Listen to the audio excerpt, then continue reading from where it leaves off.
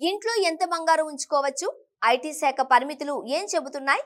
భారత్లో బంగారం ఓ ఆభరణం, పెట్టుబడి సాధనం మాత్రమే కాదు, అంతకు మించిన గౌరవం.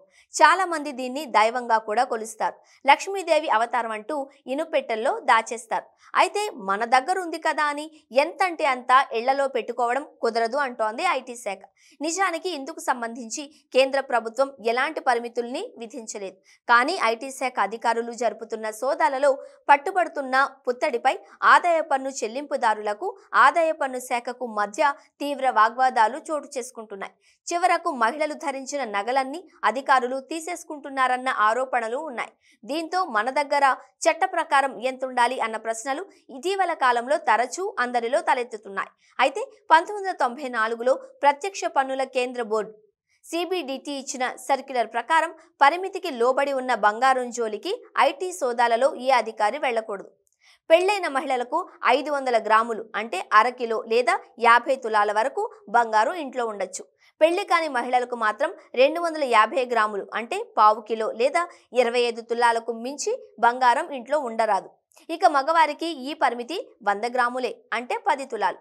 ఐటీ సోదాల్లో ఈ మేరకు ఆయా వ్యక్తులకు సంబంధించిన పసిడి దొరికితే అధికారులు వదిలేయాలి.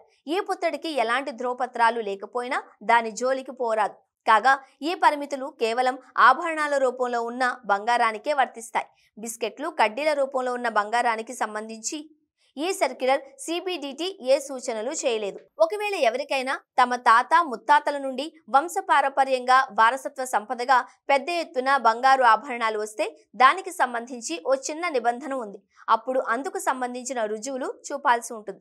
సదరు సాక్ష్యాలు సరైనవేనని తేలితే ఆ నగలను ఐటీ అధికారులు సీజ్ చేయరు, లేకుంటే జప్తు చేస్తారు. అయినప్పటికీ ఆ తర్వాత కూడా వాటికి సంబంధించిన సాక్ష్యాధారాలను చూపి వాటిని విడిపించుకోవచ్చు. ఇదిలా ఉంటే పట్టుబడిన బంగారం పరిమితులకు లోబడి ఉన్న దర్యాప్తు సమయంలో అధికారులు వాటి ధ్రువపత్రాలను చూపాలని కోరుతున్నట్టు పలువురు ట్యాక్స్ పేయర్స్ చెబుతూ ఉన్నారు.